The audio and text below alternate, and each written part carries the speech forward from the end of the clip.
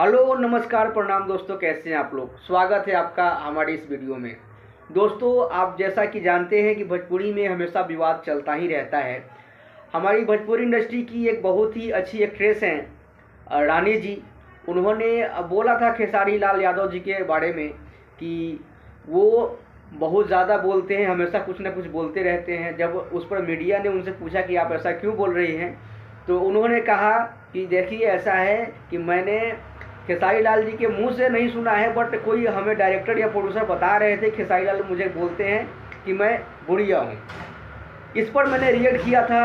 जैसा खेसारी लाल के मुंह से आप कई बार सुने होंगे कि हाँ, एक समय था जब रानी चटर्जी कहती थी कि ये कौन है, ये तो हीरो होगा ही नहीं, हीरो के लायक है ही नहीं।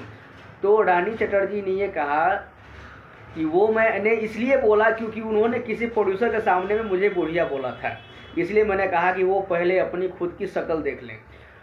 तो ये बहुत ही पुरानी भी बात है और इस बात को अब जाकर के बात सुर्खियों में आ रहा है और ये सब लोग जान रहे हैं। तो चलिए, उनकी आपस की बात है। और सबसे बड़ी बात यह है कि ऐसे देखा जाए तो देखिए, कोई भी इंसान सक्सेस होने से पहले वो नॉर्मल ही होता है। जब आदमी सक्सेस होता है तब जा कर के उनकी सारी चीज़ें चेंज होने लगती है, उनका जीवन शैली चेंज हो जाता है। अगर देखा जाए तो रानी चटर्जी जी हैं, तो वो भी पहले एक सिंपल लड़की रही होंगी। जब वो फिल्मों में आई होंगी, उनके पास पैसे रहे होंगे, उसके बाद वो बड़ी हुई होंगी।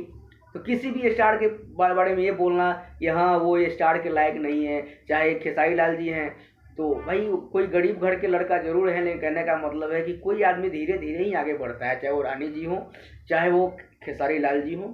चलिए, ये इस बात को रखते हुए मैं आप लोग से विदा लूँगा। आप लोगों को कैसा लगा है मेरा सुझाव, कैसा लगा है वीडियो, आप लोग कमेंट करके बताएं और हमारे चैनल को सब्सक्राइब जरूर करें।